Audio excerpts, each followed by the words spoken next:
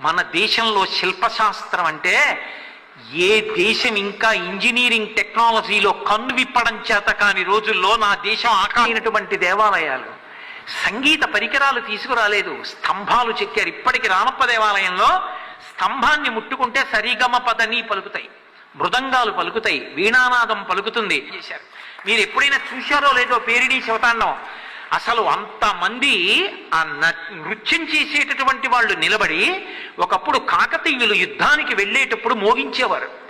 ఆ మృదంగాలు వాయిస్తూ ఆ నృత్యం చేస్తూ ఉంటే వాళ్ళందరూ ఆ తాండవం చేస్తూ ఉంటే మంచాన పడి ఉన్నవాడు కూడా లేచి కత్తి పట్టుకుని యుద్ధానికి బయలుదేరుతాడు.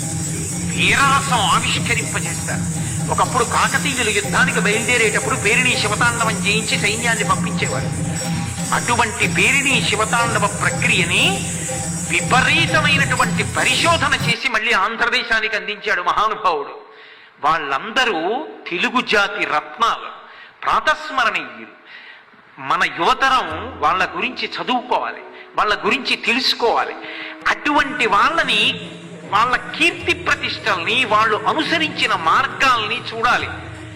మళ్ళీ ఆ వారసత్వం, ఆ సంస్కృతి ఆగిపోకుండా అది కొనసాగడానికి కావలసినటువంటి సాధన క్రమశిక్షణతో చెయ్యాలి.